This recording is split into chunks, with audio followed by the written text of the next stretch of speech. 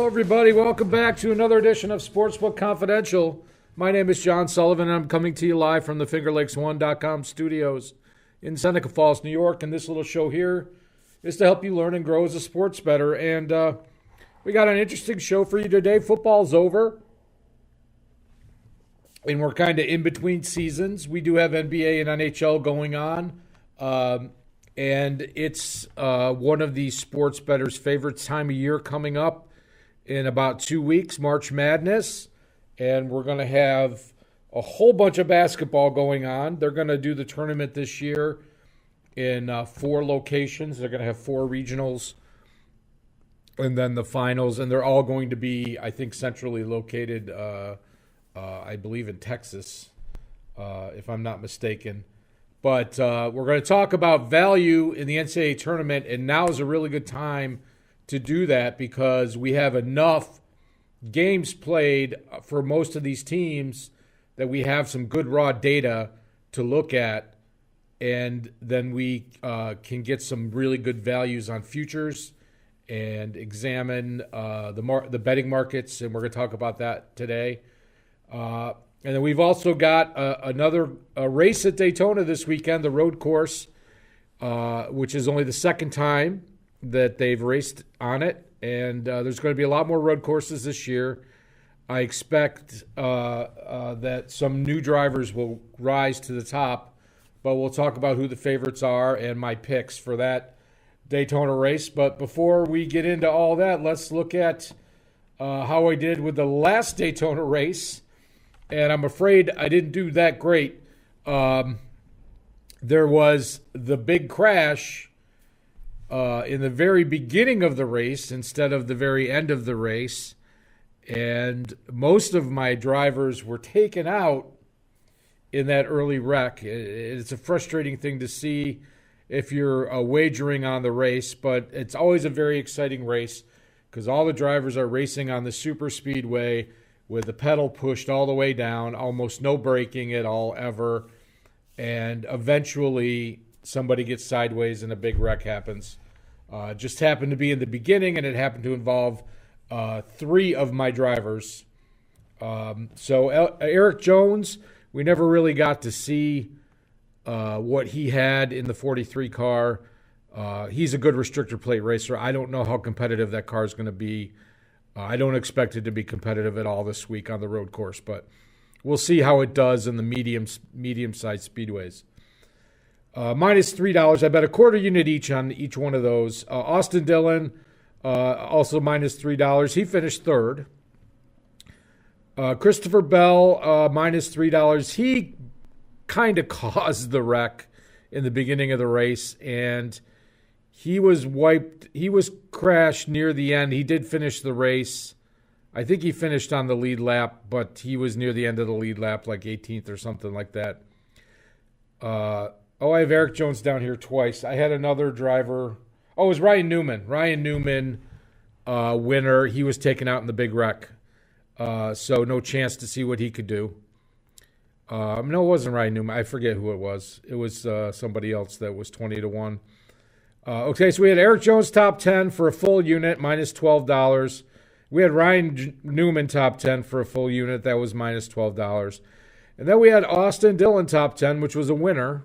He finished third, and that was $17 to the good. So if you do the math, that is $19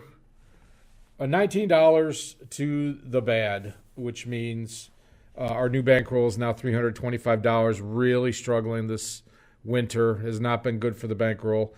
Bet size is now down to 11 as we divide by 30, as we always do, to be selective sports bettors. And we're going to have to try to string some wins together here and see what we can do. But since there's very little hockey tonight, and I have stayed away from NBA for the most part, we're going to talk college basketball right now. And we are going to start with all the conferences. And before I start going over all the odds of the conferences, I want to take a second, and I'm going to pull up Ken Pom rankings. And, you know, he an analytics guy. I've mentioned Ken Palm before, but at this point in the season, we actually have a solid data to go by. And I want to point out, if you look at this chart, I have the header disappeared there. There's the header right there. And you can see Gonzaga and Baylor are 1 and 2 as they've been all year. And then right after that, you've got Iowa, Michigan, Ohio State, and Illinois. 4 Big Ten teams right after. So obviously that tells you that the Big Ten is a very strong conference this year. And then you've got Alabama, Houston, and Loyola Chicago in the top 10 of his rankings. And then Virginia, so the first ACC team shows up at number 10. Leads you to believe that the ACC is not that strong this year as they have been in past years. And that could mean some interesting things for finding value in wagers. But I have the header up here for this table. And obviously you have the won and loss and the adjusted offense, adjusted defense, adjusted totals. And then the luck factor, if they're overperforming or underperforming. Strength of schedule factors that help determine, a 15-5 team. If you're looking at 2 different teams that are 15-5 and one obviously has a higher strength of schedule, it's considered to be the stronger team of the 2. So there's a very interesting list. There's a few surprises on here. The Big 12 is also a very, the Big 10 is considered the stronger of the 2 conferences, but the Big 12 has a lot of teams after Baylor that are all considered to be strong teams, but all pretty equal. You've got West Virginia and Texas Tech right here, all 3 of those being Big 12 teams. But in the top 21, you've got 6 Big 10 teams in the top 21. These teams play each other throughout the season, and if they do face each other in the tournament, it's going to be, difficult there's going to be teams that are going to find ways to beat teams they didn't beat during the regular season, is what I'm trying to say. And then you've got teams like Louisville that, they're considered to be the top tier of the ACC, but they've had a lot of games canceled, and for various reasons. And there's just not as much data on that team. And I feel like if they had not had as many games canceled, they would be either more battle-tested with an equal winning percentage or more in line with some of the other teams that have played more games and lost more games. So the Atlantic 10 is another conference that has a lot of teams that are considered to be the top of the conference, but there's no clear favorite. You've got Dayton, Richmond, Bonaventure, VCU. There's some very interesting teams here that I think this is the year for the small team, I think, to make an impact in the tournament. Because there is no travel, because it's going to be a bubble, it's just going to be the team that's playing the best basketball at the right time. And I suggest you check this list out and look at it and see if you see anything in there. You can also use other ranking systems like RPI or BPI and all those other things. But let's go back to the conferences, and some of these teams are going to have to play their way into the NCAA tournament. And obviously the only way to do that is to win the conference tournament for a lot of these teams. And I feel like there are some teams that may have not had a great season that might actually be able to do that. And we're going to start by looking at the ACC.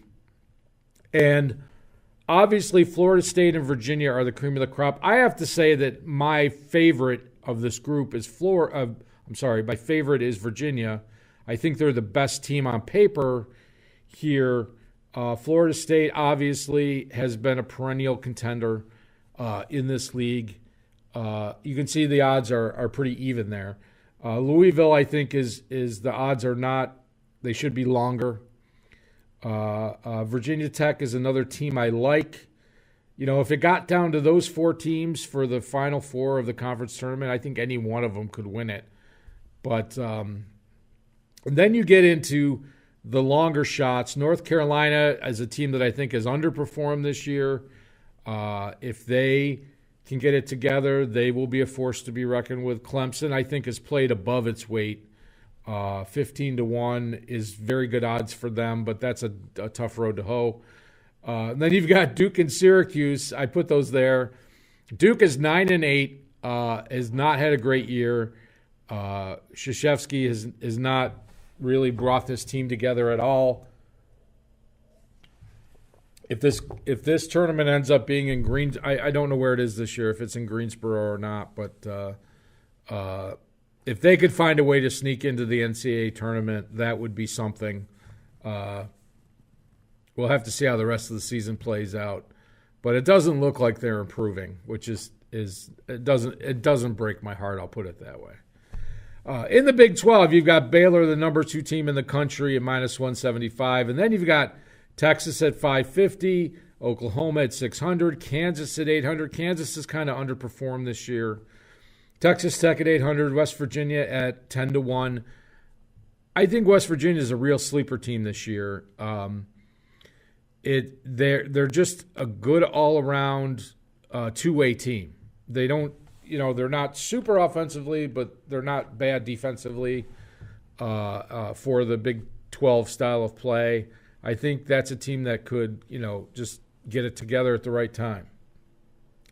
Moving on to the SEC, which is a big mystery to me. I have to admit, from year to year, I don't usually watch that much SEC basketball. But Alabama, obviously, the cream of the crop at +225. Tennessee +300. Missouri +350. LSU +450. Arkansas +650. Florida 10-1. Now, Florida is usually a well-coached, disciplined team. I feel like that's good value there. And then Kentucky is at 35-1. They were preseason, top 5, top 10. They were, under 10-1 to win the national championship at one point. They started out 1-5 or 3-5 or something horrible like that. I think they were 8-12, or they did play a very tough schedule. And obviously, they'll definitely have to win the tournament to get into the NCAAs.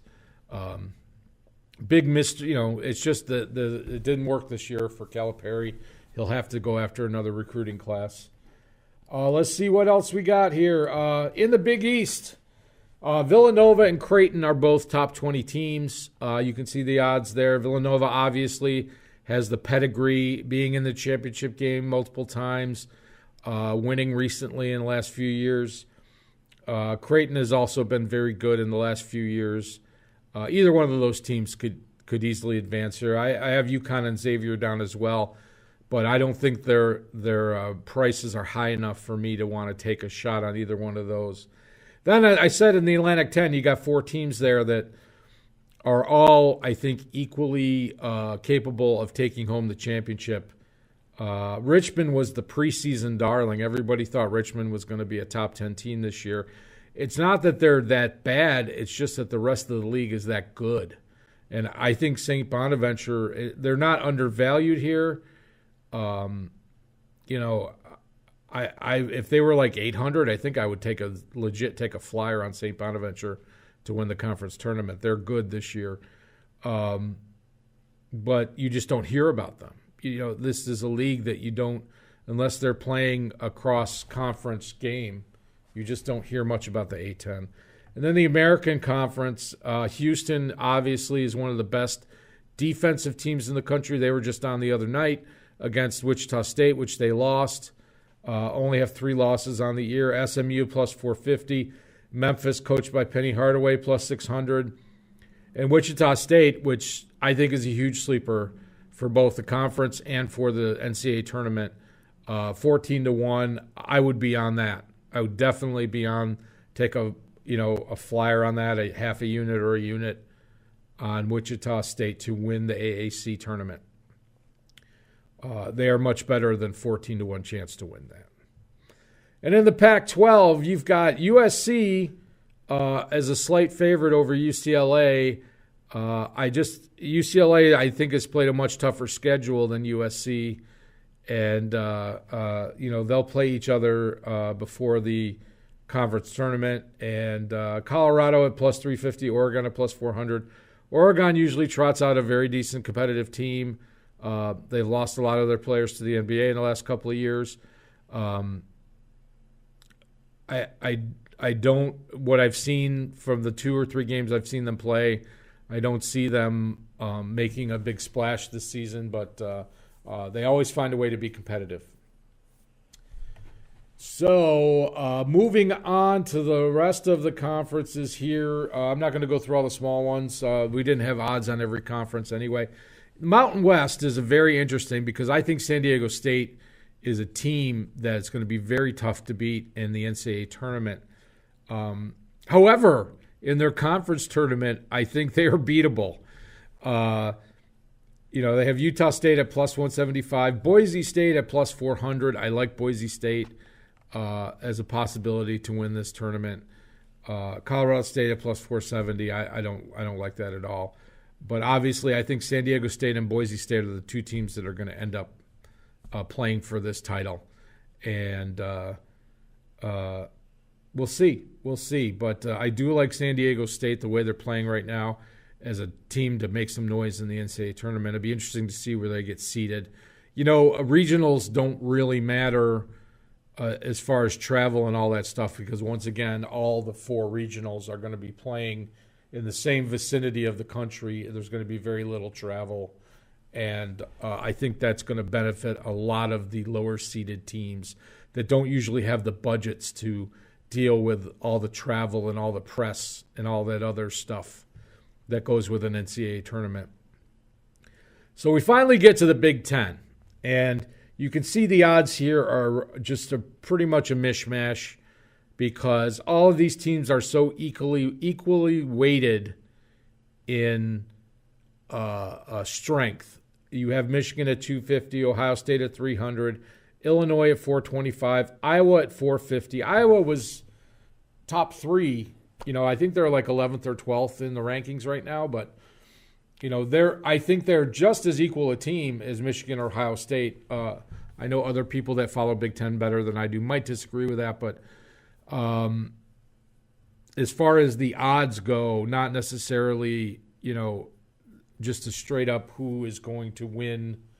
A lot of it has to do with the draw of the tournament and who you get on the way. Wisconsin at plus 800. They have not played well since the first of the year. Purdue plus 1,400. And then that's 6 of 13 teams. That's, that legit will probably all go to the NCAA. All have a legit shot of winning the conference tournament and also making noise in the tournament, the big tournament. So not a lot of value there because of the strength, the relative evenness of those top teams. I do think Iowa at plus 450 is probably the best value there, but we'll have to see what comes after that. So let's move on to the NCAA tournament, and I have a bunch of odds listed here. And before I go through these, I have them all to win the whole shebang. And there's some of the teams on here that I think are good bets, but I do not expect them to win the whole tournament. But if they can make the Final Four, you will have a hedging opportunity. If you followed the show for the last year, you know that I've put myself in good positions to lock in a profit with a hedge, and I just decided to roll the dice. Well, this year, I'm not going to do that. I'm looking for hedging opportunities, and I'm going to take the profit every time. I'm going to make up for my mistakes last year and move forward, build the bankroll back up. So if there are odds, you can bet odds on a team to win the tournament, and you can bet odds on team to make the Final Four. But usually the odds on making the Final Four are not, they're worse than 1/4 of the team to win the championship. So by betting on them to win the championship and then hedging with their opponent in the semifinals, and you can lock in a profit or hedge your you can find a way to make a hedge that will lock in a profit. That's what I'm trying to say. So obviously you have the two favorites, Baylor and Gonzaga. Gonzaga's been in the title game recently. Baylor has they've struggled outside of conference. Maybe this is their year. I don't know. But at plus 200, those are not odds worth betting on winning the whole thing. Gonzaga, if you're you like to play favorites, plus 275 is not bad for the number one ranked team, although I don't think I would touch it. And then you get into these Big Ten teams, Michigan, Ohio State at 11-1. Ohio State's looking at a 1 or a 2 seed at 11-1. It's pretty juicy. Villanova 11-1, Houston 14-1. In the beginning of the year, they were much higher, like 25, 28-1. They've been bet down. I was a big fan. If you watched the show last fall, we talked about it when the season started. So you have Illinois and Iowa at 20-1. Again, Iowa, I think, is very undervalued here. I have mixed feelings about Illinois. But those are good odds. Creighton and Virginia. Virginia 25-1. I could see them making a run. Creighton, if they can show that they beat Villanova in the conference tournament, it depends on the draw, you know. You've got Virginia Tech, Tennessee, and Wisconsin all at 30-1. Don't really like any of those teams to make enough noise. Then you've got Loyola Chicago, who Ken Pom has ranked in the top 10. UCLA and West Virginia all at 40-1. I like all three of those teams to maybe make a Final Four. Obviously, Loyola did that a few years ago. UCLA, if they don't get put up against Gonzaga, who knows? Then at 50-1, you got Drake, who is one of the best teams in the country. Probably the best team you've never seen. They're 21-2 out of the Missouri Valley Conference. And that's a very difficult conference. It's highly competitive basketball, very disciplined, fundamental team. I think they will. I think that's a Sweet 16 team. And 50-1, I'm not sure if I want to risk a hedge on that. I think at 50-1, I'd really want to maybe take a ticket on a team I think that could win it all, like Louisville. I'm not sold on Mizzou. They've been very inconsistent this year.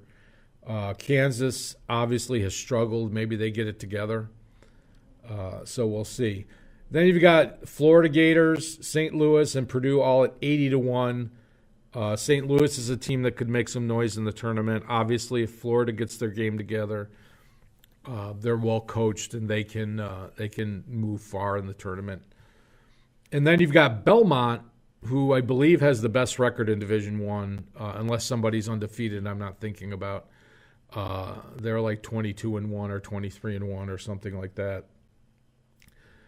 Boise State, LSU, and BYU all 100-1. BYU is in the West Coast Conference, and nobody really talks about them because they're in the same conference as Gonzaga. And they've played very well this year. A tournament worthy without question. It's just where do they get? That's a team that can do some damage if they get a good draw. And once again, if you think a team can make the Final Four, it should be worth definitely at 100-1. It should be worth a wager to make a hedge from that point on. You got Pitt, San Diego State. We've already talked about San Diego State being a very difficult team, 100 to 1. I think that's something you do have to drop a ticket on right there. I would drop a ticket on San Diego State at 100 to 1. You've got VCU and Memphis at 150 to 1, and of course, I had to put Duke and Syracuse in at 200 to 1.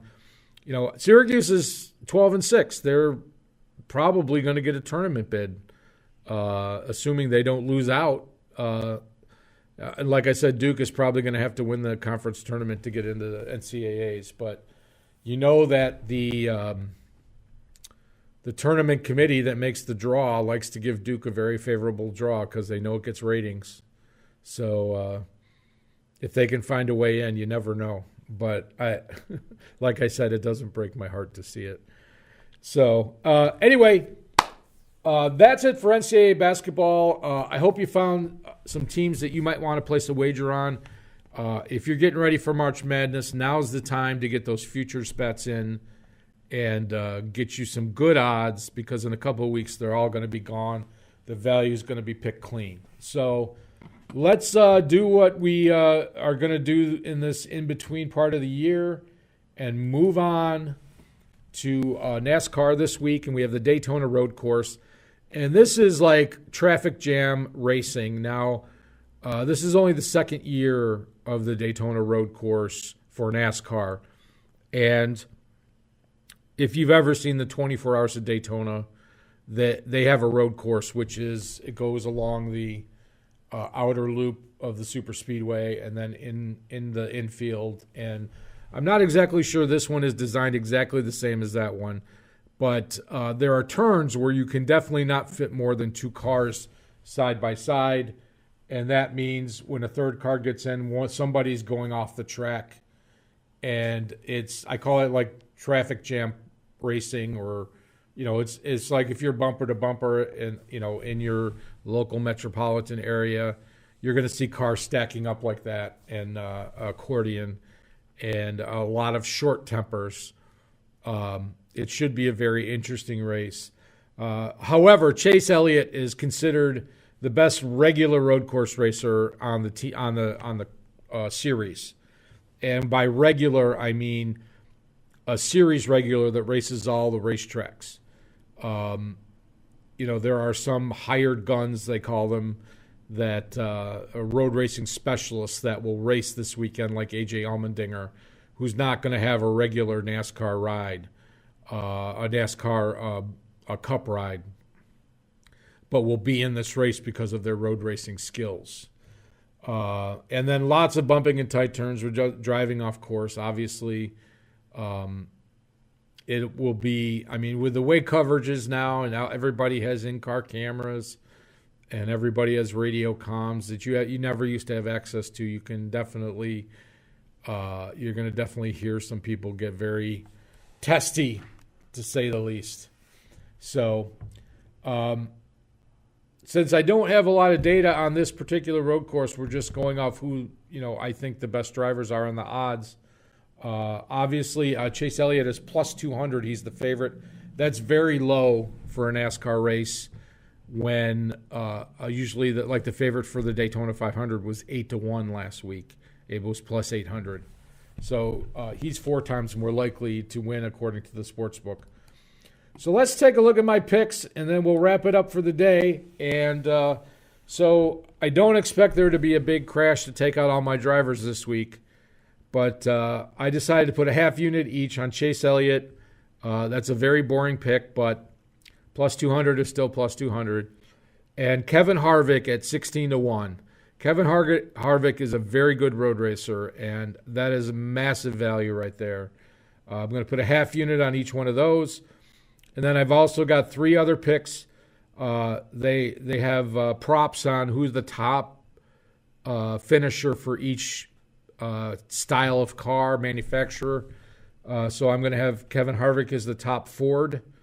Chase Elliott drives a Chevy, by the way. At plus 400, that seems to be really good value. And Denny Hamlin, the top Toyota, plus 250.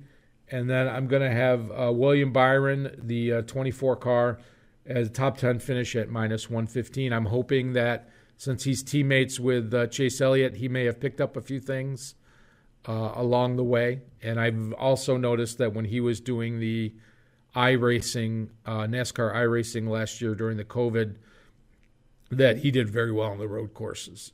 So I think he's got a good shot. So that's it for today. We're going to try to get some winners and get that bankroll back going in the right direction. Thank you for watching. And hopefully we'll have some more exciting sports betting stuff to talk about. I saw a great sports betting movie. I could talk about that. And we've got some more book reviews to do. So hopefully have some good stuff coming soon. So good luck with your wagers this weekend. Enjoy the race. And we'll see you next time with another episode. Let me play the outro music for you. And we'll see you. Take care, everybody.